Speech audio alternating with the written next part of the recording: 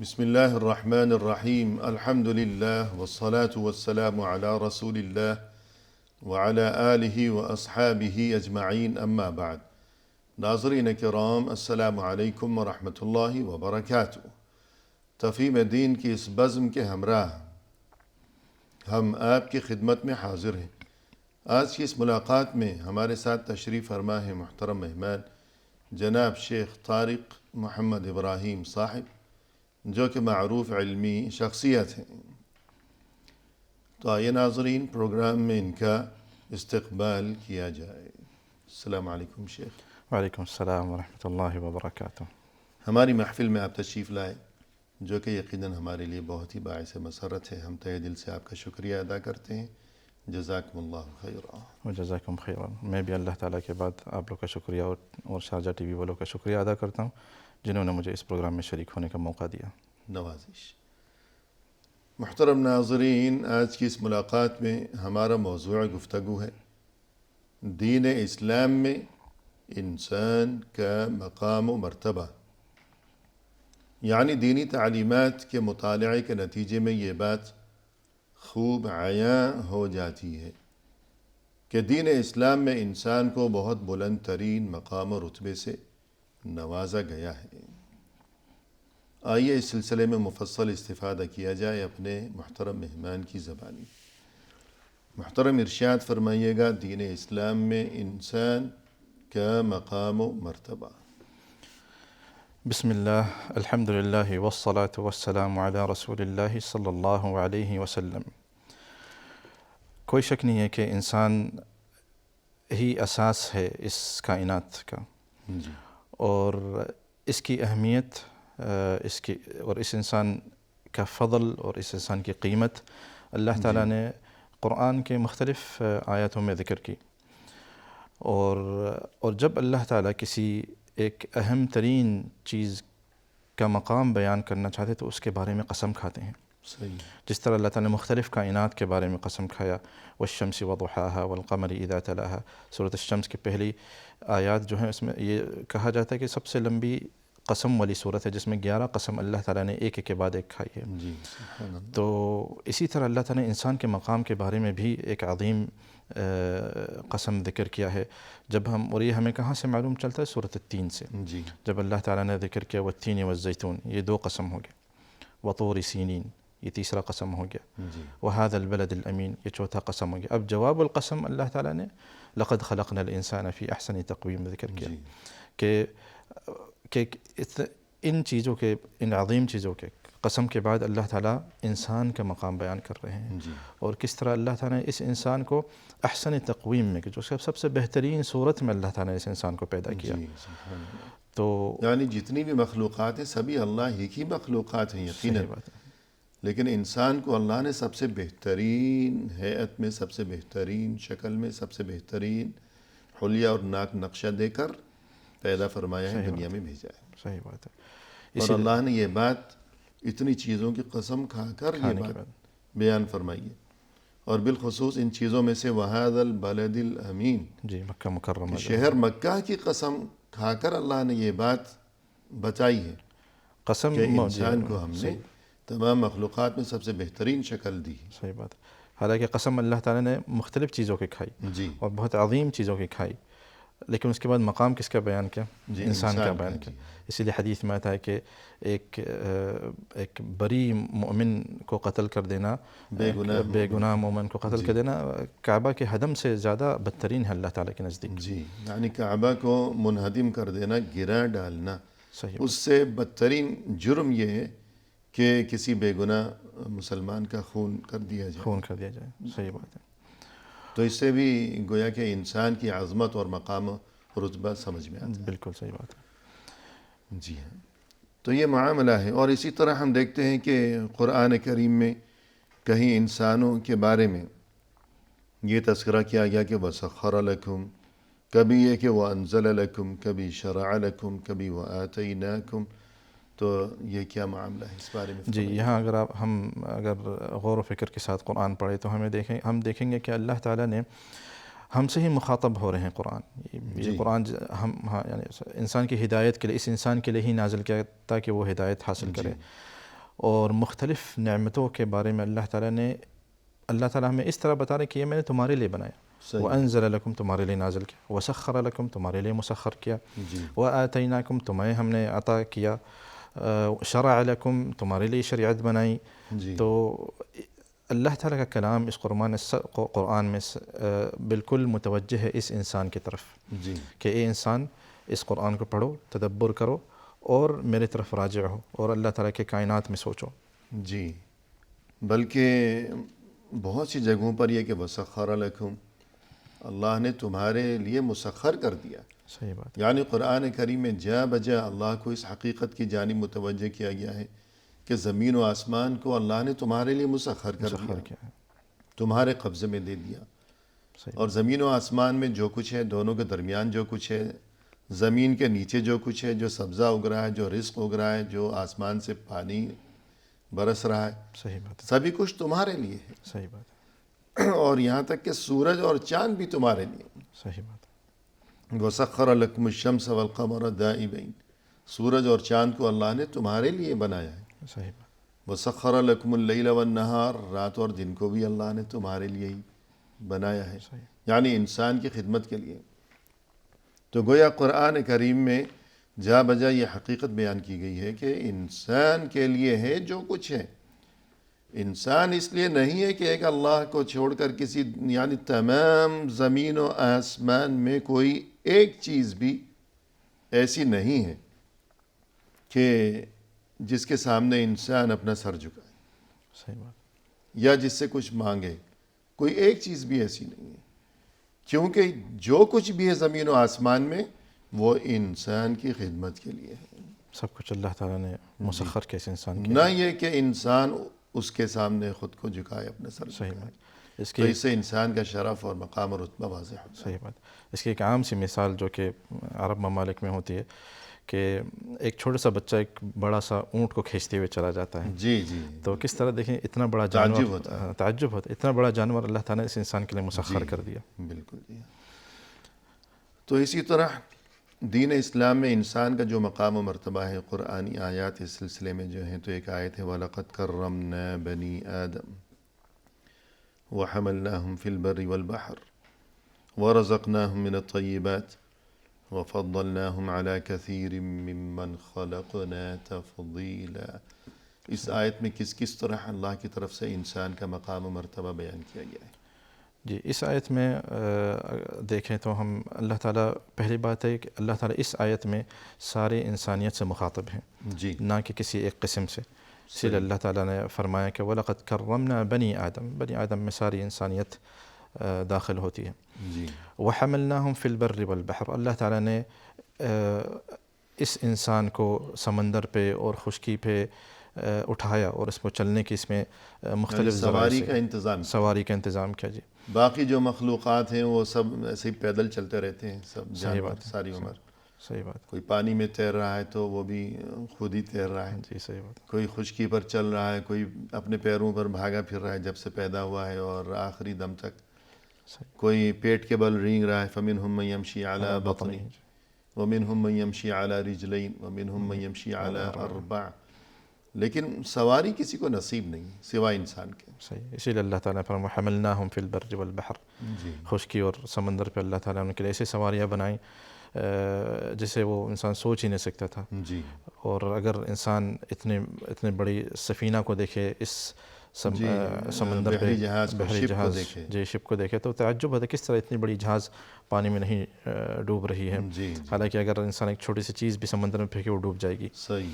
لیکن اللہ تعالیٰ نے اپنا فضل اور احسان بیان کیا کہ حتیٰ کہ سمندر کو میں نے تمہارے لیے مسخر کیا, اس کے اوپر تم چلتے ہو اور اس کے اندر سے تم چیزیں نکال کے کھاتے. شاید کوئی یہ کہے کہ یہ جو اتنا بڑا شپ ہے, بحری جہاز ہے, تو یہ تو ہم نے بنایا, انسان نے بنایا. صحیح بات ہے. تو لیکن اس کا جواب ظاہر ہے کہ انسان نے جو یہ کچھ بنایا ہے تو یہ بنانے کی عقل اور سمجھ کس نے دی ہے؟ صحیح. وہ تو اللہ نے ہی دی ہے. صحیح. اگر اللہ کی دی ہوئی عقل نہ ہوتی تو انسان یہ اتنے بڑے بڑے بحری جہاز کیسے بناتا؟ صحیح بات. حدیث میں بھی یہی مفہوم آتا ہے کہ ان اللہ قد صنع کل صنعت قبل صانعہ. اس طرح کی حدیث میں آتا ہے کہ اللہ تعالیٰ نے ہر صنعت کو اس کے بنانے والے سے پہلے بنا چکے ہیں وہ. تو کسی کو ذریعہ اللہ تعالیٰ بنا دیتے ہیں اس چیز کو بنانے کے لیے.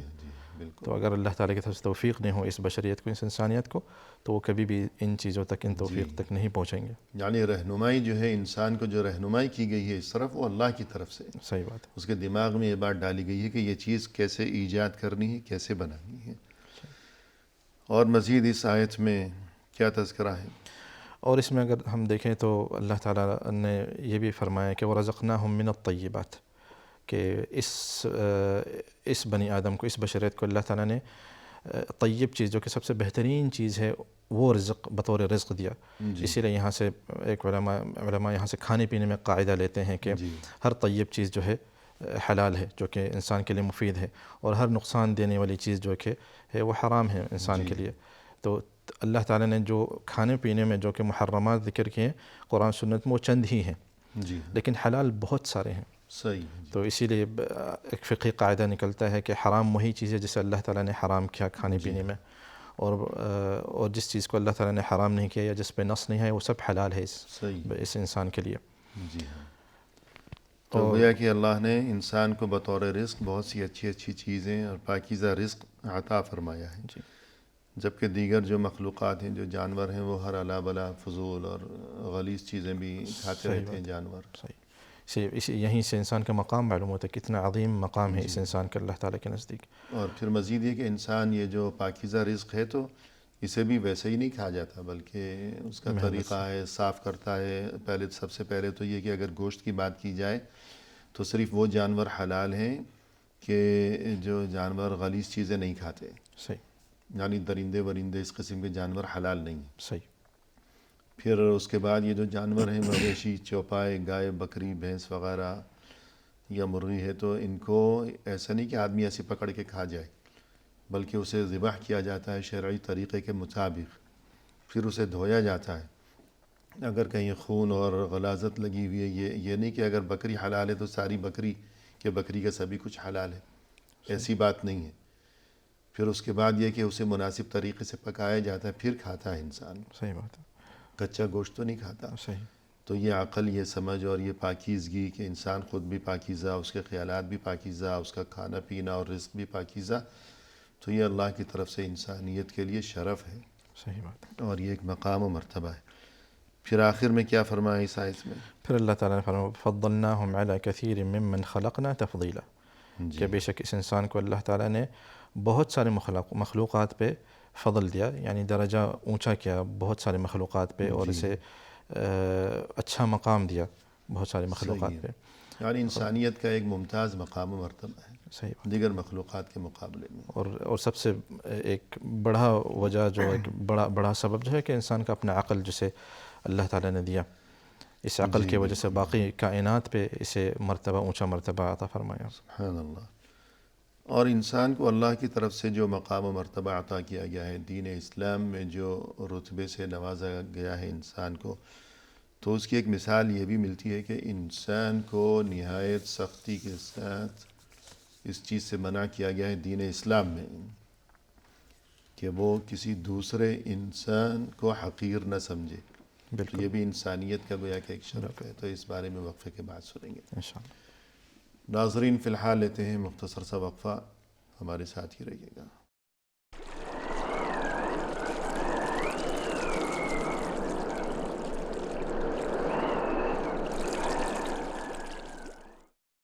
ناظرین وقفے کے بعد ہم حاضر خدمت ہیں. آئیے سلسلے گفتگو کو آگے بڑھایا جائے اپنے مہمان کی زبانی. شیخ، وقفے سے قبل یہ تذکرہ آپ نے فرمایا کہ دین اسلام میں انسان کا اور انسانیت کا اعلیٰ ترین مقام و مرتبہ. تو اس سلسلے میں دینی تعلیمات کے روح سے ہمیں جو مثالیں نظر آتی ہیں کہ کس طرح سے انسان کو بڑے مقام و رتبے سے نوازا گیا ہے دین اسلام میں، اس کی ایک مثال ہمیں یہ بھی نظر آتی ہے کہ ایک انسان دوسرے انسان کو اگر حقیر سمجھے، اسے اذیت پہنچائے، اس کی حق تلفی کرے، اس کا دل دکھائے، تو اس چیز کی بہت زیادہ ممانعت وارد ہوئی ہے دین اسلام میں. کیونکہ اگرچہ یہ خود بھی انسان ہے کہ جو اس جرم کا ارتکاب کر رہا ہے، لیکن وہ دوسرا بھی انسان ہے کہ جسے یہ تکلیف پہنچا رہا ہے. تو انسان کو تکلیف پہنچانے کی خود انسان کو بھی اجازت نہیں ہے. بالکل صحیح اس بات. بارے میں فرمائیے. اللہ تعالیٰ نے کبر غرور کو بہت زیادہ قرآن و سنت میں مذمت کی ہے جی اور بالکل اجازت نہیں دی کسی انسان کو کسی اور انسان پہ کبر کرنے کا. اور کس طرح یعنی انسان تکبر دکھانے کا. بالکل. اور کس طرح انسان کبر کرے حالانکہ یہ سب ایک ہی رب سے آئے ہیں.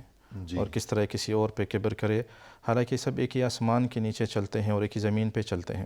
جی اور ایک ہی رب کی طرف یہ لوگ ایک ہی رب کی طرف ہی ایک دن واپس لوٹیں گے یہ لوگ. صحیح. جی تو مقام بالکل نہیں بنتا ہے کوئی کسی پہ کبر کرے. اور کسی کا مقام کسی پہ اونچا نہیں ہے ماں سوائے تقویٰ کے. جی یعنی کسی کو یہ حق حاصل نہیں ہے کہ وہ تکبر دکھائے، خود کو افضل سمجھے، دوسرے کو حقیر اور کمتر سمجھے. بالکل صحیح. کسی کے لیے اس بات کا کوئی جواز نہیں ہے بالکل.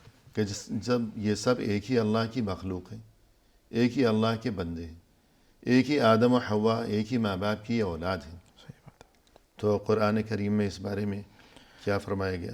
اسی لیے قرآن میں اللہ تعالیٰ نے سورۃ الحجرات میں فرمایا کہ یا ایھا الناس انا خلقناکم من ذکر وانثی وجعلناکم شعوبا وقبائل لتعارفوا ان اکرمکم عند اللہ اتقاکم ان اللہ علیم خبیر. تو اس خوبصورت آیت میں اللہ تعالیٰ نے سارے بشریت کو پکارا، کہا یا ایھا الناس، یا ایھا الذین آمنوا صرف نہیں کہا بلکہ یا ایھا الناس سے سب کی طرف مخاطب ہوئے. تمام لوگوں کو مخاطب کیا ہے، یا ایھا الناس، اے لوگوں. صحیح یہ نہیں فرمایا کہ اے مؤمنوں. صحیح. جی تاکہ کوئی کہے کہ صرف مومنین کے لیے ہے صحیح. اور مومنین جو چاہے وہی جو چاہے کر سکتے ہیں، اس طرح کی بات نہیں ہے. صحیح. یا ایھا الناس انا خلقناکم من ذکر وانثی وجعلناکم شعوبا وقبائل لتعارفوا. اور ہم نے تمہیں مختلف برادریاں اور قبائل بنائے تاکہ تم ایک دوسرے سے تعارف کرو. جی سب سے پہلی بات تو یہ کہ انا خلقناکم من ذکر وانثی، من ذکر وانثی. جی ایک ہی ماں باپ سے ہم نے تمہیں پیدا کیا. صحیح. کوئی کالا ہے، گورا ہے، چھوٹا ہے، بڑا ہے، عربی بولتا ہے، انگریزی بولتا ہے، اردو بولتا ہے، جو مرضی بولتا ہے. صحیح بات ہے. اور دنیا میں وہ مشرق سے ہے یا مغرب سے ہے اور کسی بھی قوم یا برادری سے تعلق رکھنے والا ہے، جو کچھ بھی ہے، جیسا بھی ہے، اول و آخر وہ آدم کی اولاد ہے. صحیح بات ہے. سب برابر ہیں. سب برابر. کلکم من آدم وآدم من تراب. بالکل. رسول صلی اللہ علیہ وسلم نے حجۃ الوداع کے موقع پر فرمایا کہ کلکم من آدم و آدم من تراب. صحیح بات ہے. تم سب آدم کی اولاد ہو. آدم کو اللہ نے مٹی سے پیدا فرمایا. سب برابر ہیں. اسی مٹی سے پیدا، اسی مٹی میں راجع ہونا ہے. واپس جانا ہے. صحیح. پھر اسی مٹی سے دوبارہ پھر اللہ پیدا فرمائے گا. تو اول و آخر سب خاکی ہیں. صحیح. سب مٹی سے بنے ہوئے ہیں. صحیح. تو پھر یہ اونچ نیچ کی گنجائش کہاں باقی رہے گی؟ صحیح. پھر یہ برتری، خود کو بڑا سمجھنا، دوسرے کو حقیر سمجھنا، میری قوم یہ ہے، میرا قبیلہ یہ ہے، تمہارا قبیلہ جو ہے وہ نیچ ہے، صحیح. میں یہ زبان بولتا ہوں، تم وہ زبان بولتے ہو، وغیرہ وغیرہ. دین اسلام میں یہ سب فضولیات ہیں، کسی کا فضل نہیں ہے یہ اس میں. سب خرافات ہیں، یہ بیکار باتیں. اللہ تعالیٰ اگر چاہتے تو اس شخص کو کہیں اور پیدا کرتے. جی بالکل. تو اس میں کوئی انسان کی اپنی برتری نہیں ہے کہ وہ اگر کسی امیر گھرانے میں پیدا ہوا یا کوئی اس میں کسی غریب گھرانے میں پیدا ہوا. جی تو اس میں جو امیر گھرانے میں پیدا ہوا اس کا اپنا کمال نہیں ہے. بالکل. جو غریب گھرانے میں پیدا ہوا اس میں اس کا اپنا کوئی قصور نہیں. قصور نہیں ہے. صحیح. عمر بن الخطاب رضی اللہ عنہ جب فتح بیت المقدس کے موقع پر، تو جو قیصر تھا، قیصر روم کا بادشاہ، رومیوں کا بادشاہ، جی. جو کہ اس زمانے میں روئے زمین کی عظیم ترین قوت جسے تصور کیا جاتا تھا. صحیح. روئے زمین کی دو عظیم ترین قوتیں تھیں. ایک سلطنت فارس جہاں کا بادشاہ کسریٰ کہلاتا تھا، اور دوسری سلطنت روم جہاں کا بادشاہ قیصر کہلاتا تھا. قرآن کریم میں یہ تذکرہ موجود ہے سورۃ الروم میں کہ ان میں آپس میں جنگوں کے سلسلے چلتے رہتے تھے. تو جب مسلمانوں نے حضرت عمر بن الخطاب رضی اللہ عنہ کے دور خلافت میں بیت المقدس فتح کیا، تو رومیوں کے بادشاہ نے یہ شرط رکھی کہ بیت المقدس شہر کی جو چابی ہے، مسلمانوں کے جو خلیفہ ہیں عمر، وہ خود آئیں گے تو ہم ان کے حوالے کریں گے، ورنہ کسی اور کے حوالے ہم نہیں کریں گے. تو حضرت عمر نے مشورہ کیا اپنے صحابہ کرام سے. کسی نے کہا کہ اس کی بات ماننے کی کیا ضرورت ہے، جب ہم نے ان سے یہ شہر ہی چھین لیا تب چابی کی کیا حیثیت ہے. لیکن حضرت علی رضی اللہ عنہ نے یہ مشورہ دیا کہ آپ وہاں تشریف لے جائیں. اس میں ان کے دلوں میں ہمارے لیے مسلمانوں کے لیے دین اسلام کے لیے ایک نرم گوشہ پیدا ہوگا. دین اسلام کی طرف انہیں رغبت ہوگی اور وہ اسے ہماری طرف سے خوش اخلاقی تصور کریں گے وہ لوگ. صحیح. چنانچہ حضرت عمر روانہ ہوئے اور خادم سے کہا کہ اسلامی بیت المال سے صرف ایک اونٹ لے کر آؤ. ہم 2 آدمی ایک اونٹ پر باری باری سواری کریں گے. جی سبحان اللہ. تو دیکھ لیجیے باری باری 2 مسافر ہیں، ایک امیر المؤمنین خلیفۃ المسلمین، دوسرا ہے اس کا غلام. صحیح. لیکن باری باری.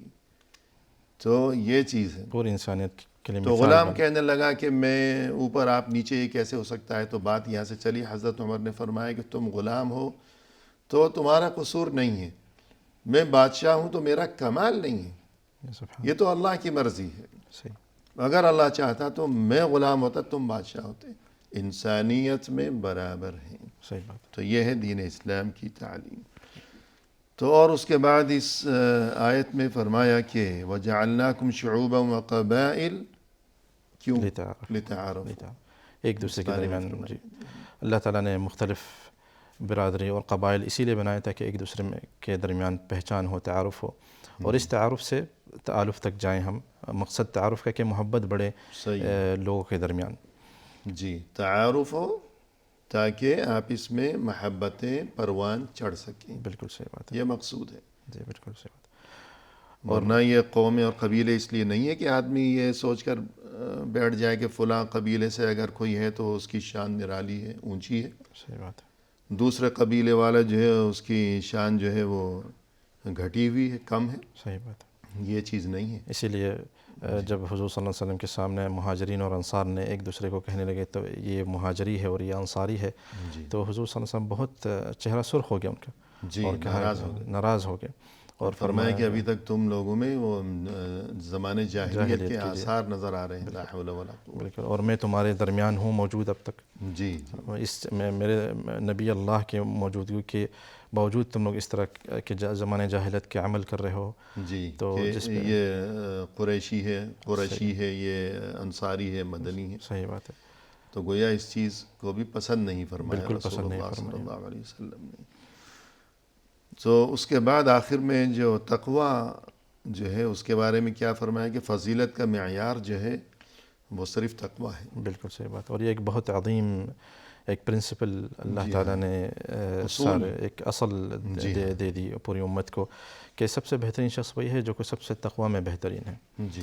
اور تقویٰ سبحان اللہ ایک ایسی چیز ہے جو کہ انسان کے دل میں ہے، جو کہ ایک کہا جاتا ہے جیسے کہ ایک سیکرٹ ہے اللہ تعالیٰ کے درمیان، راز ہے اللہ نظر آنے والی چیز نہیں. نظر آنے والی چیز نہیں. تقویٰ ہے ہونا. صحیح. رسول صلی اللہ علیہ وسلم نے فرمایا صحیح کہ تم میں سے زیادہ معزز وہ ہے کہ جس کے دل میں تقویٰ زیادہ ہے. صحیح بات. اب کتنا تقویٰ ہے کس کے دل میں یہ کوئی ناپنے یا جانچنے کی کوئی صورت نہیں. کوئی صورت نہیں. کوئی تھرمامیٹر لگا کر اس چیز کو معلوم نہیں کیا جا سکتا. یہ چیز دل کے اندر پوشیدہ ہے، مخفی ہے، چھپی ہوئی ہے. صحیح بات ہے. تو یہ تو اللہ ہی جانتا ہے. اللہ جانتا ہے. تو جب معلوم ہی نہیں کہ کس کے دل میں تقویٰ زیادہ ہے کس کے دل میں کم ہے تو اب ہم اونچ نیچ کرنے کے مجاز ہی نہیں ہیں.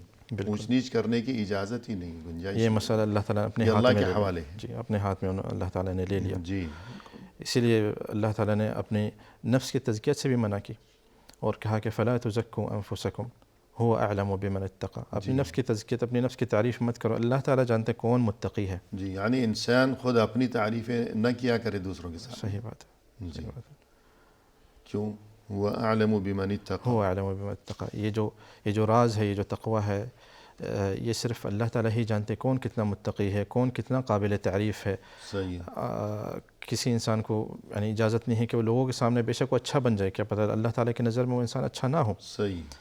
تو یہ ایک ایسا راز ہے جو کہ صرف اللہ تعالیٰ جانتے ہیں، اس کا مقام اور اس کی قیمت. اور رسول صلی اللہ علیہ وسلم کا بھی ارشاد ہے کہ من ابطأ به عمله لم يسرع به نسبه. اس بارے میں کچھ فرمائیے گا. یہ حدیث بھی اس چیز کی دلالت ہے کہ جس شخص کا عمل جس شخص کے عمل نے اسے پیچھے چھوڑ دیا. بیان کر دیجیے گا. جی من ابطأ به عمل یعنی جس شخص کے عمل نے اسے پیچھے رکھ دیا, پیچھے چھوڑ دیا, جی اس کا نسب اسے آگے نہیں لے جائے گا قیامت کے دن. جی تو قیامت کے دن جس طرح اللہ تعالیٰ نے فرمایا فلا انساب لهم يومئذ ولا يتساءلون, جی کوئی نسب کام نہیں آئے گا.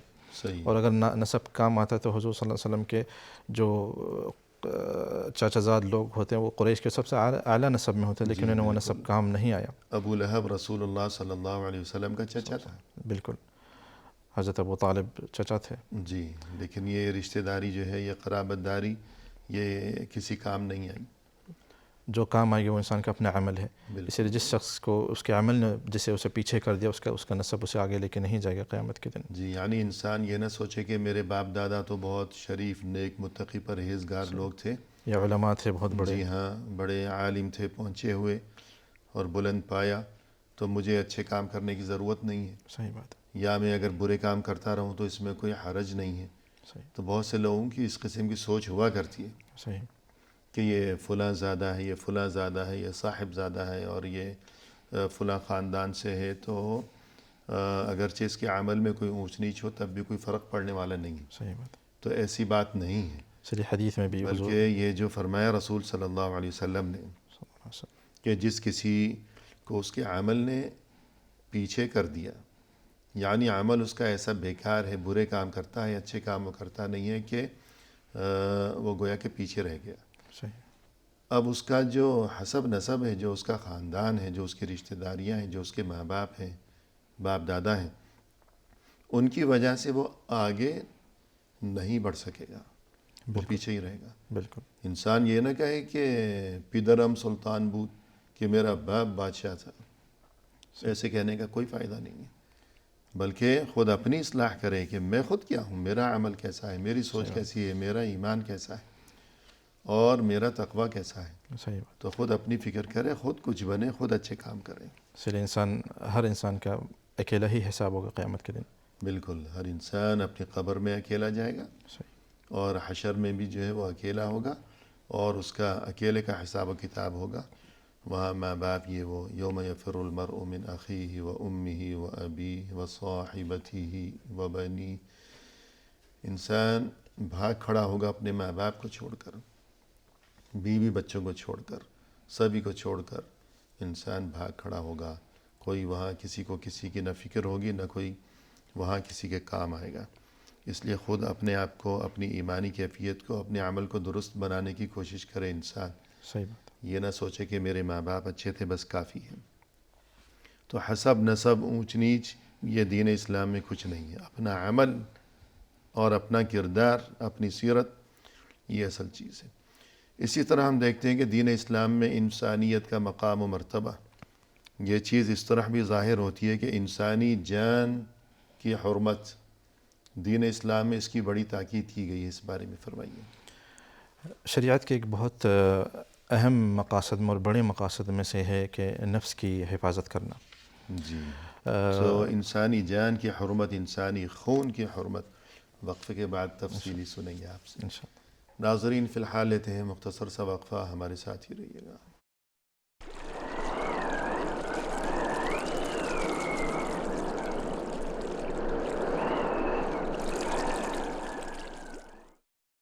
ناظرین وقفے کے بعد ہم حاضر خدمت ہیں. آئیے سلسلہ گفتگو کو پائے تکمیل تک پہنچایا جائے اپنے محترم مہمان کی زبانی. شیخ وقفے سے قبل یہ تذکرہ چل رہا تھا کہ دین اسلام میں انسانیت کا اور انسان کا مقام و مرتبہ, اس کی ایک شکل ہمیں یوں بھی نظر آتی ہے دین اسلام میں کہ انسانی خون اور انسانی جان کی کس طرح دین اسلام میں, قرآن کریم میں اور احادیث مبارکہ میں اس کی حرمت بیان کی گئی ہے. ارشاد فرمائیے. جی. قرآن کریم میں اللہ تعالیٰ نے مختلف مقامات میں انسانی نفس اور انسانی خون کا مقام اور اس کی قیمت بیان کی ہے. جی. تو اگر ہم دیکھیں اللہ تعالیٰ نے سورۃ المائدہ میں فرمایا جی ومن قتل نفسا من أجل ذلك كتبنا على بني آدم على بني إسرائيل أنه من قتل نفسا بغير نفس أو فساد في الأرض فكأنما قتل الناس جميعا ومن أحياها فكأنما أحيا الناس جميعا. یہاں اللہ تعالیٰ نے اس آیت میں ایک نفس کو قتل کرنے کے بارے میں کہا کہ جس طرح کہ اس نے ساری انسانیت کا قتل کر دیا. جی ایک نفس یعنی ایک جان ایک انسان ایک انسان کو قتل کرنا جس طرح کہ فكأنما قتل الناس جميعا جس طرح اتنی عظیم منزلت اس نفس کی انسانی جان کی. جی اور اسی طرح ومن احیاها فكأنما احیا الناس جميعا. اگر ایک انسانی جان کے آپ نے بچا لیا اسے تو آپ نے جس طرح کہ سارے تمام انسانیت کو بچا لیا. تو اتنا عظیم مقام اس جان کا آپ کو کسی اور دین میں نہیں ملے گا. صحیح ہے. سبحان اللہ. یعنی انسان نے اگر ایک انسان کی جان لے لی ہے تو وہ کل کسی دوسرے کی بھی جان لے سکتا ہے. صحیح. تو یوں گویا کہ جس نے ایک انسان کی جان لی ہے اس نے تمام انسانیت کا خون کر ڈالا. جس نے ایک انسانی زندگی بچائی ہے اس نے گویا تمام انسانیت کو بچا لیا ہے. تو قرآن کریم میں یہ جو ارشاد ہے، یہ جو تذکرہ ہے، تو اس سے گویا کہ یقینی طور پر انسانی جان اور انسانی زندگی کی حرمت اور مقام و مرتبہ اس سے واضح ہوتا ہے، اس کا شرف واضح ہوتا ہے. صحیح. اور فرمایا کہ وَلَا تَقْتُلُوا أَنفُسَكُمْ. اس میں کیا اشارہ ہے؟ اس میں اشارہ ہے کہ ظاہر اشارہ جو ہے کہ اپنے نفس کو قتل مت کرو. یعنی اس کا لفظی ترجمہ یہ ہے کہ تم اپنے آپ کو قتل نہ کرو. صحیح بات. لیکن اس سے مراد کیا ہے؟ اس میں اصل میں مراد اس میں کیا ہے کہ کسی اور کا قتل مت کرو. جی جس طرح کہ اللہ تعالیٰ نے دوسری جگہ میں بھی کہا یعنی تم دوسروں کو قتل نہ کرو. صحیح بات ہے. لیکن جو الفاظ، جو اسلوب، جو انداز اللہ کی طرف سے استعمال کیا گیا کہ تم اپنے آپ کو قتل نہ کرو. مقصد یہ کہ تم دوسرے کو قتل کرو گے تو گویا تم نے تمام انسانیت کا خون کر ڈالا ہے، اور ان میں تمام انسانیت میں تم خود بھی شامل ہو. جس طرح اللہ تعالیٰ نے سورۃ البقرہ میں کہا وَلَا تُلْقُوا بِأَيْدِيكُمْ إِلَى التَّهْلُكَةِ. جی کوئی انسان اپنے آپ کو ہلاکت میں نہیں ڈالتا ہے. صحیح ہے. لیکن مقصد یہ کہ دوسروں کو ہلاکت میں مت ڈالو، کیونکہ دوسروں کو ہلاکت میں ڈالنا جس طرح تم نے اپنا آپ کو ہلاکت میں ڈالا. صحیح. تو اتنا عظیم تعلق اللہ تعالیٰ نے بیان کیا کہ کس طرح کسی اور کو ہلاکت میں ڈالنا، کسی اور کو قتل کرنا، جس طرح کہ تم نے اپنی جان لے لی، یہ آپ کو کسی اور جگہ، کسی اور دین میں آپ کو اس طرح کی عظیم قیمت نہیں ملے گی. صحیح ہے. تو یہ انداز جو ہے دین اسلام کا اور قرآن و حدیث کا کہ گویا کہ تمام انسان آپس میں، تمام انسانوں کی زندگی، تمام انسانوں کی بقا، تمام انسانوں کی جو مصلحتیں ہیں وہ باہم ایک دوسرے کے ساتھ پیوست ہیں، جڑی ہوئی. ایک انسان کا بھلا تمام انسانیت کا بھلا ہے، ایک انسان کا نقصان تمام انسانیت کا نقصان ہے. اس کی مثال ہمیں قرآن کریم میں یوں بھی ملتی ہے کہ سورہ نور میں جہاں تذکرہ ہے آداب ہیں، گھر میں داخل ہونے کے آداب، اجازت لینے کے آداب، تو فرمایا کہ فَسَلِّمُوا عَلَىٰ أَنفُسِكُمْ. فَإِذَا دَخَلْتُمْ بُيُوتًا، جب تم گھر میں داخل ہو تو فَسَلِّمُوا عَلَىٰ أَنفُسِكُمْ. لفظی ترجمہ اس کا یہ ہے کہ اپنے آپ کو سلام کرو. صحیح بات ہے. تو اپنے آپ کو تو سلام نہیں کر رہے، یعنی گھر میں جو موجود ہیں ان کو سلام کر رہے ہیں کہ السلام علیکم، کہ ہم باہر سے آئے ہیں. جو اندر پہلے سے ان کو سلام کر رہے ہیں، لیکن انداز اور الفاظ یہ استعمال کیے گئے کہ فَسَلِّمُوا عَلَىٰ أَنفُسِكُمْ. جب تم گھر میں داخل ہو تو اپنے آپ کو سلام کرو. مطلب یہ کہ وہ جو اندر بیٹھے ہوئے ہیں وہ اور تم یہ سب ایک ہی ہیں. صحیح بات ہے. ان میں کوئی فرق نہیں ہے. صحیح بات. ایک کا فائدہ، ایک کی خوشی سبھی کی خوشی ہے. صحیح. اور ایک کی بقا میں سبھی کی بقا کا راز پوشیدہ ہے. اور اس چیز کی اہمیت یوں بھی ہمیں نظر آتی ہے کہ قیامت کے دن سب سے پہلے خون کے بارے میں فیصلہ کیا جائے گا. صحیح بات ہے. اول ما یقضی بین الناس یوم القیامہ فی الدماء. اس بارے میں کچھ فرمائیے گا. حضور صلی اللہ علیہ وسلم نے حدیث میں فرمایا کہ قیامت کے دن سب سے پہلے جس چیز کے بارے میں حساب ہوگا وہ خون ہے. جی. یعنی عبادات میں سب سے پہلے نماز ہے، اور حقوق اور معاملات اور حقوق میں سب سے پہلے خون ہے.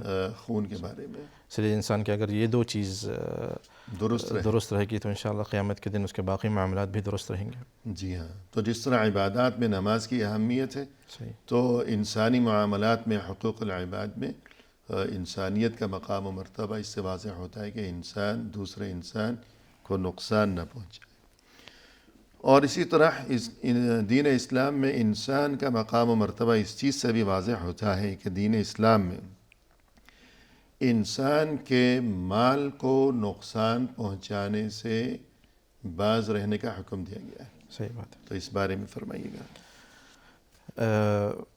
نفس اور نفس کے بعد اگر ہم دیکھیں کہ جی نفس یعنی انسانی جان. انسانی جان. جی انسانی جان کے بعد جو ایک بہت اہم شریعت کا مقصد ہے وہ انسان کے مال کی حفاظت ہے. صحیح ہے. یہ بھی در حقیقت انسانیت ہی کا احترام. انسانیت کے احترام ہے. جی اسی لیے اللہ تعالیٰ نے اس مال کو کہا کہ حلال طریقے سے کمایا جائے.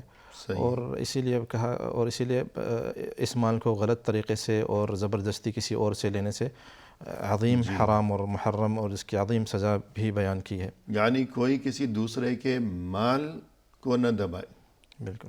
تو اس میں اس دوسرے یعنی اس انسان کی عزت کا بیان مقصود ہے. صحیح بات. کہ اس کی عزت کا تقاضا یہ ہے کہ ہم اسے مالی نقصان نہ پہنچائیں. صحیح. اس کے روپے پیسے کو ہم چھیڑ چھاڑ نہ کریں. صحیح بات. اس لیے کہ وہ کوئی کسی گری پڑی مخلوق کا کوئی وہ روپیہ پیسہ نہیں ہے بلکہ انسان کا مال ہے وہ. تو انسان کی عزت کا تقاضا یہ ہے کہ ہم اس کے مال کے ساتھ بھی چھیڑ چھاڑ نہ کریں. تو یہ ہے دینی تعلیم. اور اسی طرح انسان کی عزت کو کس طرح محفوظ رکھنے کا حکم دیا گیا ہے دین اسلام میں اور انسانیت کا کیا مقام و مرتبہ ہے. تو اس کی ایک مثال یہ بھی ہے کہ انسان کی عزت و آبرو کو نہ چھیڑا جائے. صحیح. اس بارے میں فرمائیے. اسی میں سب سے بہترین قاعدہ جو کہ حضور صلی اللہ علیہ وسلم نے حجۃ الوداع میں ایک بہت عظیم قاعدہ دیا اور بہت عظیم رسالت اور پیغام چھوڑ کے ساری امت کے لیے. یا ایھا الناس ان دماءکم واموالکم علیکم حرام كحرمة يومكم هذا في بلدكم هذا في عامكم هذا. جی.